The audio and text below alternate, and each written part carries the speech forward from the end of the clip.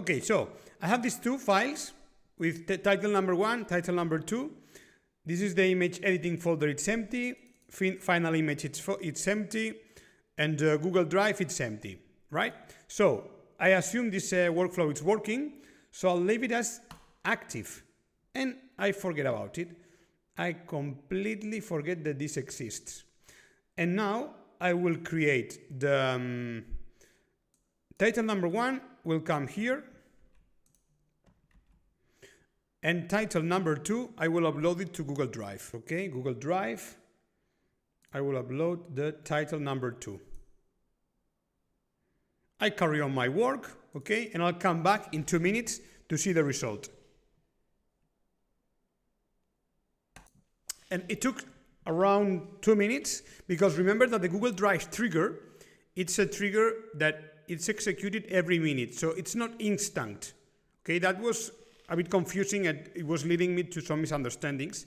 But if I come to the folders, look at this, title number 1, title number 2, title number 2, great, title number 1, great. I go to the Google Drive to the folder of the folder. There was an error. Hey, there was an error. Let me see. No, the folder was final image, title number 1. Yeah, great. Great, it works. It works, and the best of all is that it was working in execution mode. I left it. I carry on doing my stuff, and it was working in the background. That's really amazing of all of this. And if I come back to the workflow, in the executions, I can see that the first one was executed at 13:14, and look at the path. Okay, it was here, here, here, here, here, and both of them, great.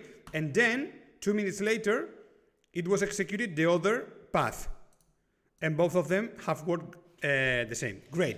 This was an intermediate difficulty workflow. I hope you're not scared, because it's really powerful, and we will continue seeing more of these intermediate workflows.